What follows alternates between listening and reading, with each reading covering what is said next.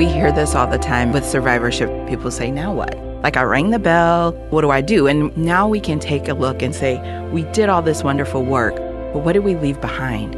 We left behind someone who might be in pain still, who might have anxiety and frustration. And that's what the survivorship program is all about. Hi, this is Patrick. And this is Laura. And you're listening to This is Cancer. Brought to you by Siteman Cancer Center at Barnes Jewish Hospital and Washington University School of Medicine in St. Louis. National leaders in cancer. So this is a really important episode that we're doing today because we're talking about survivorship, which is the goal of every cancer patient going in to get treatment, is to survive. Well, and also just figuring out what survivorship even means. Exactly, because it means different things for different people too. Right. You know, some people don't even like that word. So we're going to talk about that today, and in order to do so, we're going to have to introduce our three guests. Jay, thanks for joining us. You are a prostate cancer patient, correct? Yes. And Rochelle Hobson, can you tell us what you do at Siteman Cancer Center? Yes, I'm the manager of the survivorship program at Siteman Cancer Center. And Jessica Vanderlan, you are on the mental health side of treating patients. Can you tell us what you do at Siteman Cancer Center? That's correct. I'm a clinical psychologist, and I'm the manager of the Psychology Service at Siteman Cancer Center. So when we talk about survivorship, most people think about, wait, there's a survivorship program. What does that even mean? Well, I mean, that's the first thing I thought of when I very first heard about this about 6 months ago. So Rochelle, can you tell us what a survivorship program actually means? Yeah, I think before we can even talk about what a survivorship program means, we have to kind of talk about this word that is so controversial, if you will, the word survivor, right? So a lot of people don't identify with the word survivor because if you're going through treatment, are you really a survivor yet? And so I think that was one of the things that stunned me a lot when I first started in my role was like people would say, like, I'm not a survivor. And so the survivorship program tackles like the health and well-being of someone who is diagnosed with cancer. So it's really anyone who's been diagnosed with cancer from the time they're diagnosed, throughout their treatment, and after their treatment. So that is what a survivorship program does. We work on programs and just helping people navigate what resources they need as they tackle their cancer. It's funny to hear you say that, too, because I think subconsciously I have always had a bit of a hesitation to use that word. And I think the only reason I ever have is because it's kind of been pounded into me from hearing other people refer to me as a survivor. But personally, I definitely always feel like I don't really know if I'm out of the woods on this yet. So does that even really make me a survivor? Or, you know, and then I could understand maybe someone being like, I'm not a survivor. Like, I kicked cancer's ass. Like, I didn't survive it. Like, I pummeled it, you know, like just I can understand being like all over the spectrum on how that word makes you feel, you know? Yeah, and Jay, you mentioned that when we talked with you a couple days ago before we were going to record this podcast, and you said, also, I'm not a survivor. I don't call myself a survivor. Yeah, that's correct. I coined the term fighter because, you know, I'm just starting off on my journey. I'm almost a year into it. I still hadn't received my clean bill of health, if you will. So I kind of, you know, wince a little when someone says survivor, you know, because I don't feel that I reached that level yet. You feel like you're putting like the cart before the horse? Yeah. Or like, you know, knocking on wood, or, you know, it's just like, hey, let's just, you know, take it. We're not there yet, you know? Like, yeah, absolutely. You know, because I don't know what I don't know yet. And, you know, and so in the back of my mind, you know, until I get, you know, that result that cancer is at bay, then I'll, you know, breathe a little easier. Yeah. But to your point, Rochelle, the survivorship program starts the day someone survived. So you survived learning of the diagnosis. You survived navigating what choices to make and what your treatment plan was going to be. And you survived going through with that radiation and everything you're going through. And you survived having to tell your family. So survivorship, to what your point is not just saying I'm cancer free. It's saying I'm surviving every step of this. Is that correct? I would say that's a great way to look at it. I know my mom is a cancer survivor, and when I asked her if she liked the word or how she felt about the word, I asked her that when I started this job. It was the first time I heard her say to me, I hate that word. Really? And it was shocking to me. And I'm like, what? Like, I've been calling you a survivor. And I think issue is for her was like, well, I have blood pressure. Am I a blood pressure survivor?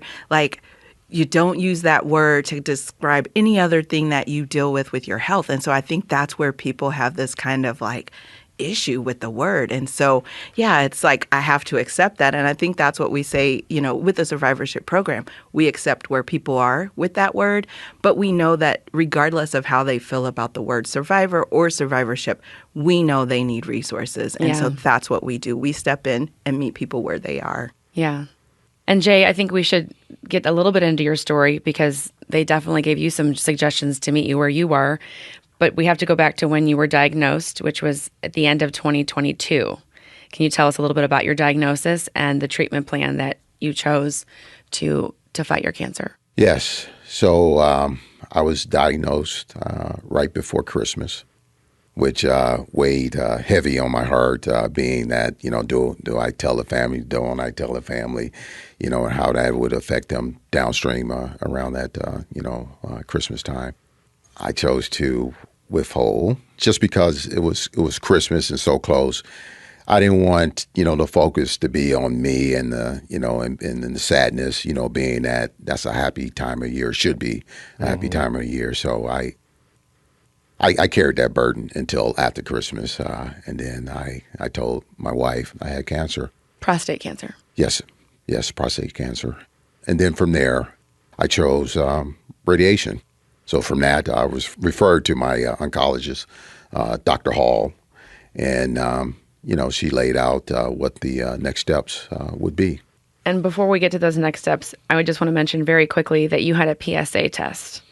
And you had that PSA test because I believe you told me there's a family history of prostate cancer in your family. Yes. So my father, 25 years ago, was diagnosed with prostate cancer. And he elected to have his prostate removed, and he did.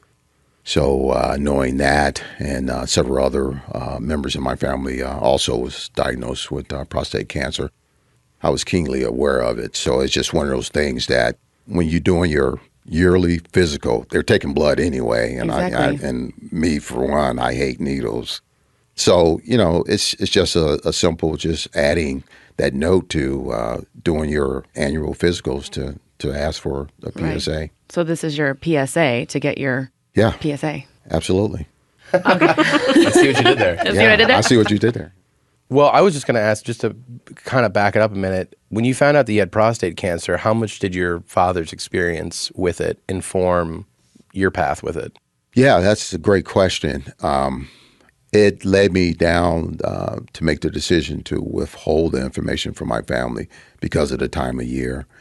I know when my father was first diagnosed with it, it was during the family reunion time. I remember like it was yesterday. So our family reunions are in July, and it was down in Louisiana.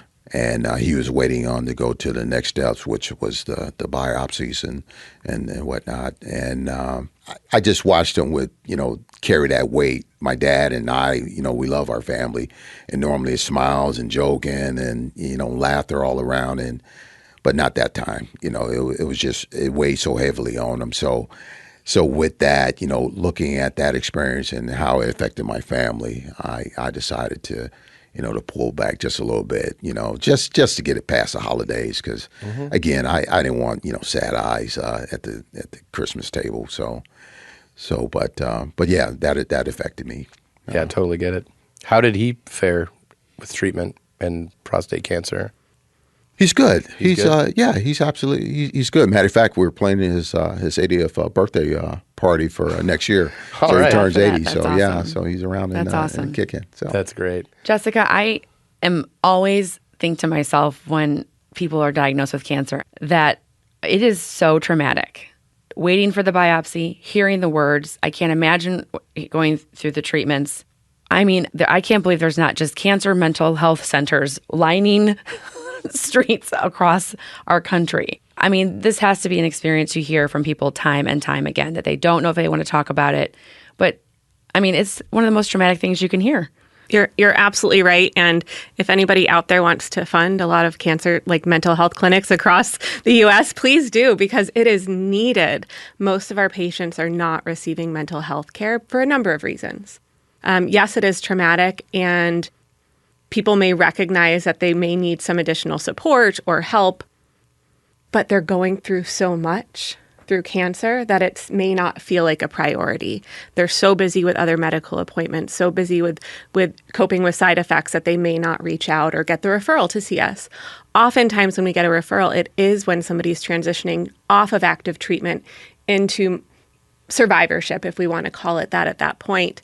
And that is sometimes one of the hardest transitions for people, which is surprising. The idea of going through treatment and having your doctors poking and prodding and assessing and talking to you all the time, there's a great sense of comfort in that sometimes. And then when transitioning off of that treatment, often there's a sense of like feeling abandoned or feeling like you're on your own and how am I going to cope with all this stuff? And then oftentimes that's when the emotional toll of it hits you because you're not actively addressing all of the cancer. You don't have a whole team on your side talking to you every day about it. So oftentimes transitioning off of active treatment is when the mental health needs really start to be noticeable. And we know from plenty of research, too, that is one of the most intensely emotional parts of cancer is that transition off of treatment. I mean, yeah, you think about the nurses and the doctors and for you, Jay, like the radiation therapists and because you have radiation, the connections you make with those people during the most traumatic time in your life and the trust that you build. And then you basically want to walk around with a constant CT scan on your body to scan you every day. Patrick, I mean. Yeah. Oh, yeah. I used to daydream about like being super rich, not for the lifestyle, but for the ability of just being like, CT scan, please. Just to know where I was at all the time, which is obviously not a good strategy and also bad for you. Right. You can't do that all the time. Yeah. Right. But I mean, you think about the relationships you make. Do you have any connections that you've made? I mean, I'm sure you love Dr. Hall. I don't know how you can't. Yeah, yes. Dr. Hall is an angel, and all of the support staff from the PA, from Dr. Scott to Nurse Kelly, and just listening at the comment that was made, I felt a sense of withdrawal because when I was going through my, radiation treatment, it was, every 5 days for, almost 2 months. And I felt, sadness after I rung the bell and that was it, because I got into a routine every 5 days at this time. I would go and, go in and, and get into the gown and get my dose of radiation. And then all of a sudden it just stopped. Yeah. Right. And I don't know, it felt like I had lost something. And, I really was sad. That's so interesting that you would get done with your treatment. That bell is always represented as such a joyous thing, but to hear you say I was sad, Rochelle, you were nodding your head and just like, this is so what we hear. We hear this all the time, especially with survivorship. So we talk about survivorship in phases, right? So you have this first phase where you, like you said, you're diagnosed, and everybody's like, we're working this out. What's your treatment plan? Then we get into treatment. So that's another phase, right? So you're getting your treatment and you're in this routine and this rhythm. And everybody's checking on you and cheering you on and doing all these things. And then you get to phase 3 of survivorship. And that is that post-treatment phase. And I hear this all the time. People say, now what? Like, I rang the bell. I feel like, now what do I do? And, you get this like, we'll see you in 6 months. And you're like, wait a minute, what if the cancer comes back? How will I know? What if I have pain? This feels like the cancer that I had. Are you sure it's like, gone? Like, how will I know? And what should I call? What if I have this? And so their minds start racing, right? Like you're anxious and you're nervous. And some people say like, okay, now my family thinks like I should be like 100% back the way that I was. And I think this is the part of survivorship that I love. It's like now we can take a look and say, we did all this wonderful work, but what did we leave behind? We left behind someone who might be in pain still, who might have, like Jessica mentioned, this anxiety and now this kind of frustration. And so how do I cope with my family? How do I get back into the workplace? And so there's a lot that starts to go on. Who do I tell? How do I tell? I have this anxiety. And so survivorship really works in that last phase in our program to really put people into the right connections and groups and therapies and whatever that looks like for them. So it may not be that they necessarily need mental health, but maybe they need physical therapy. They've had a cancer that's been traumatic and they have scarring and they can't lift their arm. And so we're looking at therapy and getting them there. I don't know if you guys have heard people talk about chemo brain. Yeah. But, chemo brain. And so it's like, I'm in this fog. What do I do about it? And so it's like getting them to occupational therapy. And that's what the survivorship program is all about. It's helping people find what do they need. Now that we've finished treatment, how do we help get you to the right resources? And so not only do we work in the front end of the diagnosis, like when you're diagnosed and helping you get maybe connected to a group such as Jay and saying like, let's start talking now to people who've been in your shoes, right? That can help guide you. And then it may be that during treatment you need something else, and then after treatment, So that's why to me survivorship is important through the entire thing. It's not just something we do at the end of your treatment. We want to be with you the whole time. I feel like all these lessons I learn on this show always make sense to me on such a almost like subconscious level. It's like once you hear someone say it, you're like, oh yeah, that's what I've been feeling, like I haven't known how to articulate it, or I didn't know that I needed that. Like I totally relate to what you're talking about, Jay. When you're done with treatment, to me it was like training or something, where it's like, yeah, every Monday, Wednesday, Friday I hit the gym. Every Tuesday, Thursday I go in for treatment, and I'm working on something. I'm working towards something. We're trying to execute some form of control over this thing that makes people feel very out of control. Yeah, it feels weird to have this regimen and then have it stop. I did catch myself driving, to the treatment center. Yeah. Just instinctively, because at this time on this date, and I had to catch myself. We talk about that brain fog, and it was so instinctive. Yeah. That I had this void.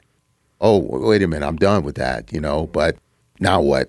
And not only that, but the support groups or survivorship also has been beneficial for my spouse, for my wife. And there's some other wives that actually come and partake in the support groups. And, I know I'm the one fighting this battle, but, you really don't realize that your spouse and your kids are also carrying a burden too. Support groups benefit them as well. Yeah, it's got all that anxiety and angst and uncertainty and whatever word you want to use, it's got to go somewhere.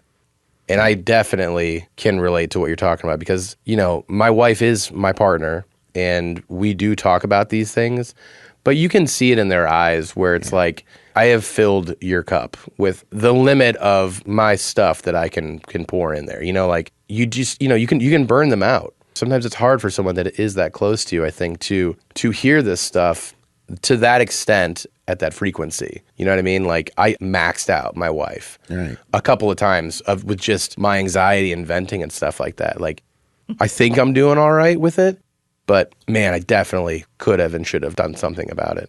And my wife would say as much. She wasn't the only one that said that. Yeah. I mean, Laura would say it all the time. Yes, my work wife got it too. Yes, Jessica. Why do you think it's so difficult for people to give reverence to the mental side of, yes, you've hit the end of treatment, but you're like, I don't see that I'm not going to have cancer again. There's no proof. Like if you break your leg, your bone heals, it's healed. Yep. But cancer patients don't see. All they live is the rest of their life wondering if it's going to come back. Yes. How do we impart to people the importance of the mental treatment of yourself during this? I think integrating it into the healthcare is so important, and connecting patients to mental health care or support groups or survivorship or other support services throughout their treatment, so that when transitioning to the end of treatment or ringing the bell, they have things in place to support them. To know that there is somebody there to support you when you're kind of let back out to the ocean or when you're back on that raft is so helpful. And I truly believe that that excellent cancer care that we provide is not excellent cancer care if we are not caring for the whole person. So treating the disease is part of it. And we couldn't be here if we didn't have the excellent Siteman oncologists that we work with. Right. However, like Rochelle said earlier, there's so much that goes into cancer recovery, whether it be mental health, physical therapy, a lot of different things are needed afterwards. It's not uncommon for somebody not to seek professional help and talk to friends and family or say, I'm coping with it fine, or use other coping skills, whatever has gotten somebody through stressful periods in the past could be really helpful through cancer. However, like you said, there's a lot of people who connect with one or two people in their life, and that person is also suffering. So it is very helpful to have a professional, somebody who doesn't know you as well, somebody whose job this is, somebody who knows the skills and techniques that are required and benefit our patients. And as a psychologist, I think everybody should be in therapy. Everyone in general. In general, not just oncology, but everyone. Amen to that. I second that. I mean, I have this quote I always keep in my phone. I go to therapy because everyone else in my family won't go to therapy. That's why I go to therapy. Because, what if we all were walking around with really healthy coping tools that helped you communicate, helped you talk about how you were feeling? And those are some of the things we do in therapy. We talk about communication. So somebody doesn't just come to mental health care or therapy after cancer because they have significant anxiety or depression or a mental health diagnosis. Sometimes what they come to do is talk about how they can talk to others. What are the communication skills I can use? How do I get back to work and communicate with my boss? How do I cope with the crippling anxiety sometimes that comes during scans? But still, there may not be an anxiety disorder. We're not talking about a mental health diagnosis some of the time. We're talking about a normal process that happens after cancer diagnosis, that happens after ringing the bell, and everybody around you is excited. Your oncologist, your medical team is excited, and you have this combination of excitement and relief, but also, like you said, Jay, sadness and a little bit of fear that comes with that transition. So it's getting some support, somebody just to normalize that for you is huge. So there's a lot of different ways that somebody might receive mental health care. That could be support groups. Those are kind of, I would say, the first step. And then we have group therapy, and then we have individual therapy. So there's a lot of different ways that people can find different support. Can we talk real quick about what you said, scans? Can you guys talk about scan anxiety? And Patrick, you share what you go through, because Jay, you're waiting for your first scan, correct? Yes, I am. Post-treatment. Yeah, post-treatment. I mean, that's a whole other episode. Scanxiety. Yes. That's the perfect word for it. Scanxiety for me is very real, and I definitely feel like I have no control, and I'm waiting for someone to dictate my fate. It's rough, and you want it too. You're anticipating it. I don't even want to endure these 3 weeks. These 3 weeks before the scan, I'm just fried. I'm all over the place. I just want to time jump to getting the call and going, it's not back? Okay, great. Thank you. I'll get back to living my life now. That's how it feels for me. That is what I hear every day. Yeah. So, I mean, when is your scan? His first scan post-treatment is coming up, right? Yes, mid-November 13th, I believe. And this episode's going to air after that date. So we're about 2 weeks out from that. How are you feeling right now about the scan? I think it was articulated very well to the point where, with me, I just keep it in the back of my mind. I really don't think about it, but I see it. I know it's back there, but I just look forward and not necessarily try to look back. But that's the way I cope with a lot of things, a lot of stressors. I try not to stress about things that's outside my control. It's in God's hand. So I just wait for that day to come and, hope for the best and, cross that bridge. If it win, hopefully it goes my way. And if not, I'll just continue on. But that's all I can do at this point. But that works for me. Right. That works for me. That doesn't work for everyone. Yeah. Some people want to be able to think that way, to just give your strength to what you can control. But it's the mental side of inside your head going, but I want to do that, but I cannot. Yeah. And there are some very specific skills that therapy teaches people to deal with that. We know through cancer that there's a lot of things that we cannot control. And sometimes the way that anxiety presents, it's a little bit different. But with cancer, you are in a very dangerous situation. To be able to provide therapy to people that are experiencing that, it's a little bit different than if you were going to see a provider in the community who treats regular anxiety or OCD or something like that. This is so specific to the cancer experience and healthcare in general that there's some really specific ways that we want to support patients. And you've both given examples of how you deal with it. So we'd start there. This is not a therapy session, but we'd start there. And then I'd give more skills and make some suggestions and ask some questions about how you're coping with it or some worries that you have and kind of walk through those worries. And work on a lot of acceptance, because these are things that you can't control. It doesn't mean you're accepting and enjoying cancer. It means that you accept that this is part of your life right now and that having that scan is also part of your life. Right. And then we can talk about other ways to cope. So a lot of distraction is really, really good through scans. That's not a good way to cope with anxiety in general. Mm-hmm. But again, we're talking about something very specific. So, all those magazines that you never read anymore or TV shows that you need to catch up on. Mm-hmm. Let's do that while you're waiting for the scan to come up. I usually block the whole day off of work. I work anyway from home remotely, but I don't let myself be around people because I'm a spaz those days. I work to distract myself. I go get the scan, and then I just go eat whatever I want, wherever I want. And then I'll go back and work and then hopefully get a happy phone call later on. So a little bit of treat yourself, a little bit of distraction in there. I don't know if you know what you're going to do when you have your day coming up. Yeah. For me, I'm going to geek out here, but I keep going back to one of the greatest, DC movies, Batman 2, The Dark Knight. Perfect. And at the end, when Batman told Commissioner Gordon to call in to chase him, you would have to chase me. And Commissioner Gordon's son saying, Batman, why is he running? Yeah. And he replied, because we have to chase him. Why? Because he's the hero that we need, because he can take it. And he got on his motorcycle and took off. I thought that was just it for me. I'm like, that's me. I'm Batman, because I can take it, and yes. I ride it, right into the night on my motorcycle. Nice. You flip that gown around. Yeah. Turn it into a cape. Right. And then you quietly go, I can take it. Yeah, I can take it. Because I can take it. I hope you wear your Batman t-shirt. You should. That's awesome. Rochelle, does every hospital, is it common to have a survivorship program? So to be honest, survivorship is really new and emerging. And so part of that is because we've had all these advances in treatment. So we have better treatments. People are living longer. We're also doing a better job of screening. So like Jay, being on top of it.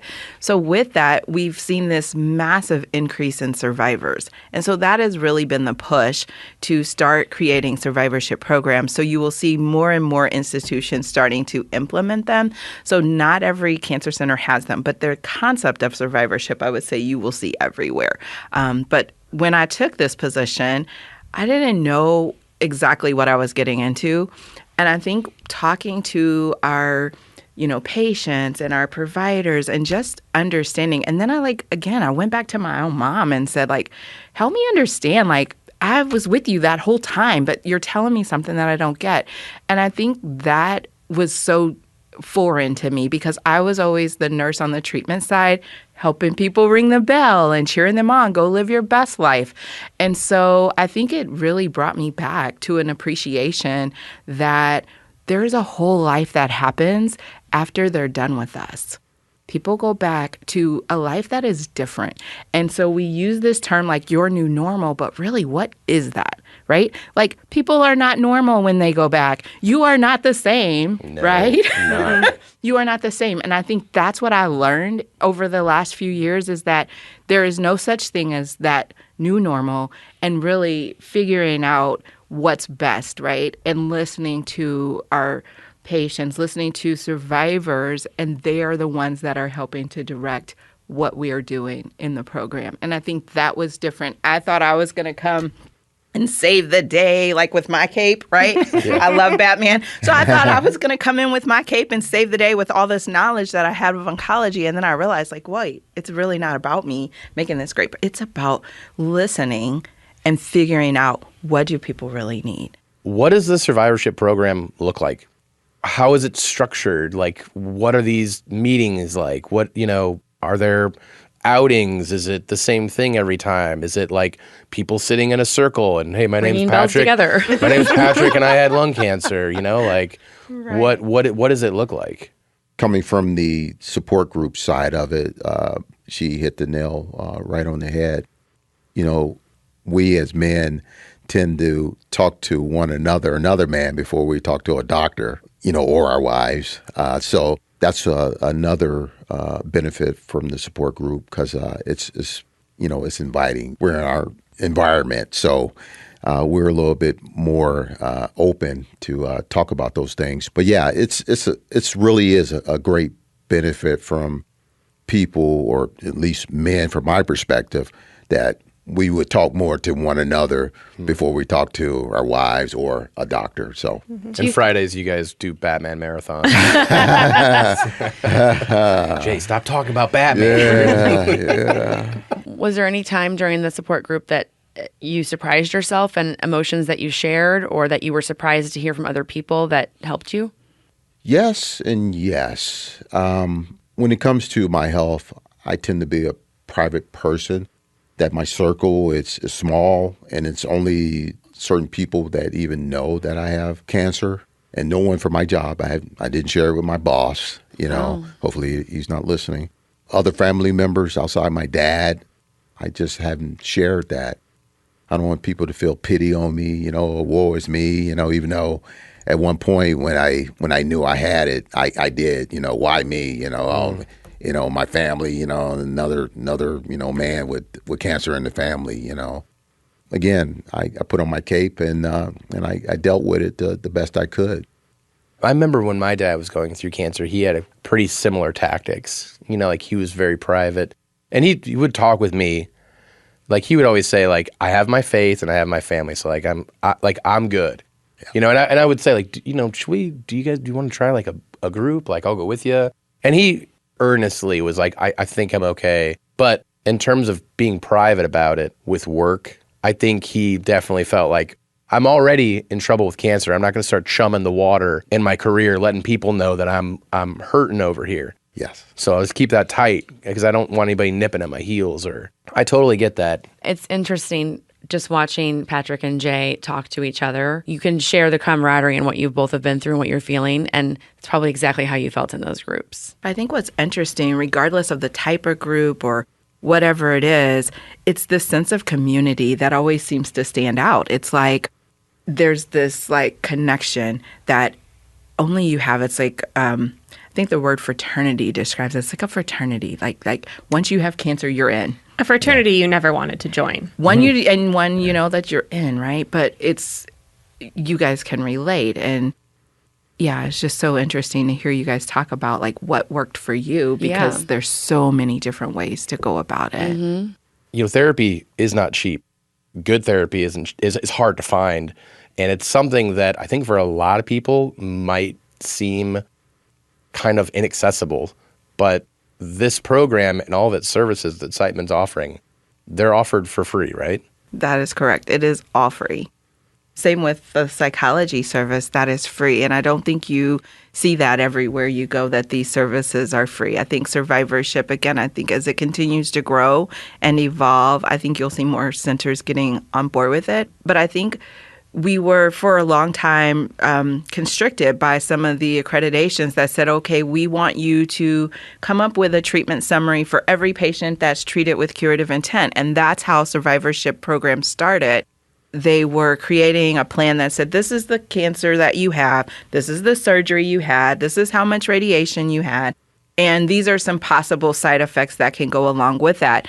And then in 2020, the Commission on Cancer said, you know what, that's really not good enough. It's not changing outcomes. It's not improving overall quality of life. And so I've had the privilege of really building a program in a way that is best for our patients, our population. And I don't know that every place gets to do that. I don't know. But I just know that I've been really lucky to work with like Jessica and her team to try to come up with these programs and ideas. And the survivorship program itself doesn't exist without all of these other collaborators. We have physicians who are champions that say, yes, I'll back you. Let's get this going. We have like the assistant dean at Washington University School of Medicine saying this has to be part of our curriculum. We have our art program that says this is important. And I don't think without that, this survivorship program would be what it is today. I just get the privilege of working with all of these people to do it. And just even meeting Jay over the course of this has been an inspiration. And just knowing that, yes, we are doing the right thing. Keep going. Yes. Keep bringing these programs forward. I'd like to remind us that Siteman does have free services. The psychology service at Siteman is totally free, and that is one of maybe 2 in the country.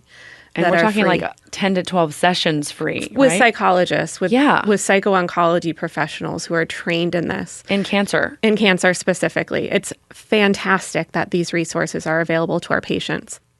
And again, if anybody wants to fund mental health care in cancer, this is a huge need. And so about 30% of the patients that we see in the psychology service are caregivers. That is huge. Yeah.